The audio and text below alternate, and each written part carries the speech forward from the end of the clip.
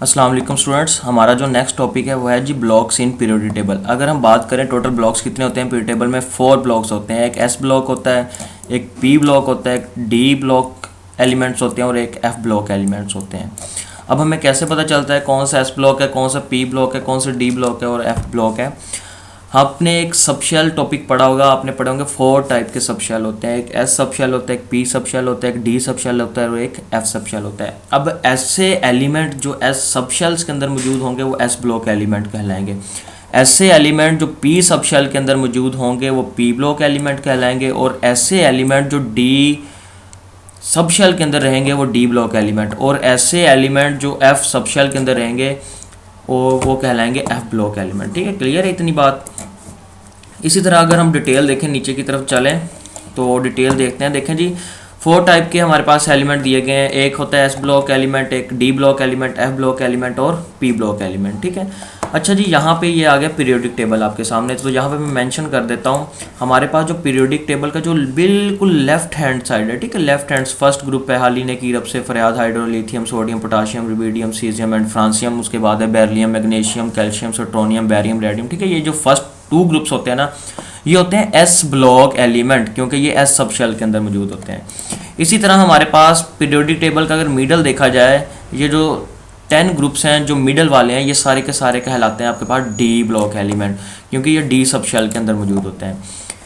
Next जो हमारे पास है बिल्कुल राइट साइड पे, हमारे जो बिल्कुल पीरियोडिक टेबल के राइट साइड पे हैं वो कहलाते हैं एफ ब्लॉक एलिमेंट।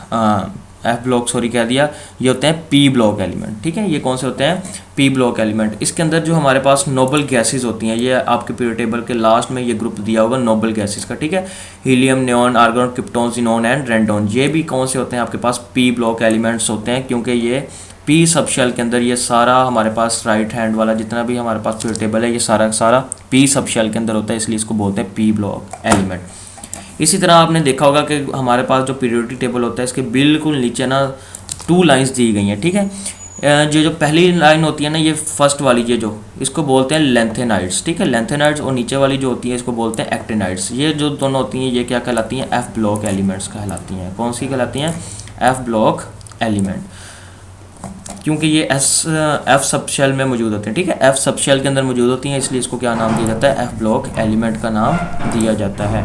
अच्छा, इसी तरह अगर हम इसकी रीडिंग करते हैं, नीचे जाके मजीद देखते हैं क्या क्या लिखा हुआ है। एस ब्लॉक एलिमेंट में हम कहेंगे जो फर्स्ट 2 ग्रुप्स हैं, यानी कि हाइड्रोजन वाला और बेरियम वाला, ये क्या होते हैं? एस सबशेल में मौजूद होते हैं, इसलिए इसको क्या नाम दिया जाता है? S block element. इसी तरह हमारे पास जो डी ब्लॉक एलिमेंट्स हैं ना, वो हमारे पास कहाँ पे होते हैं? डी सबशेल के अंदर मौजूद होते हैं, इसलिए इसको क्या नाम दिया जाता है? D block element. अब जो नीचे 2 लाइन दी गई हैं मैंने आपको अभी बताया, एक लेंथेनाइड्स और दूसरी कौन सी है?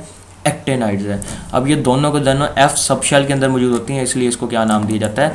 एफ ब्लॉक एलिमेंट का नाम दिया जाता है। पी ब्लॉक एलिमेंट्स कौन से होते हैं हमारे पास? पी ब्लॉक एलिमेंट्स जो होते हैं ना, हमारे पास 13 से लेके ग्रुप नंबर 13 से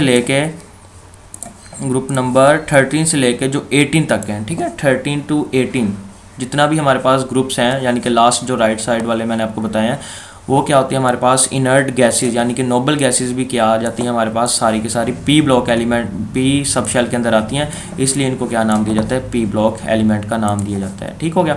अब यहाँ पे इनकी ज़रूरत क्यों पेश आई? हम कहेंगे इंपॉर्टेंस ऑफ ब्लॉक क्लासिफिकेशन क्यों बनाए गए हैं, ताकि हमें पता चल सके केमिकल रिएक्टिविटी, इनकी रिएक्टिविटी का हमें पता चल सके, ऑक्सीडेशन स्टेट, हमें इनकी ऑक्सीडेशन स्टेट का पता चल सके, electronegativity, ionisation energy and electronic configuration, ये सारी चीज़ें हैं। इन चीज़ों को पढ़ने के लिए ये ब्लॉक को क्या किया गया? क्लासीफाई किया गया, ताकि हमें आसानी हो आगे स्टडी में। ठीक है, आज के लिए इतना ही काफ़ी है। बाकी मज़ीद जो हमारे पास नेक्स्ट जो टॉपिक है वो है फैमिलीज़ इन पीरियोडिक टेबल। इंशाल्लाह ये हम नेक्स्ट लेक्चर में डिस्कस करेंगे। आज के लिए अल्लाह हाफिज़।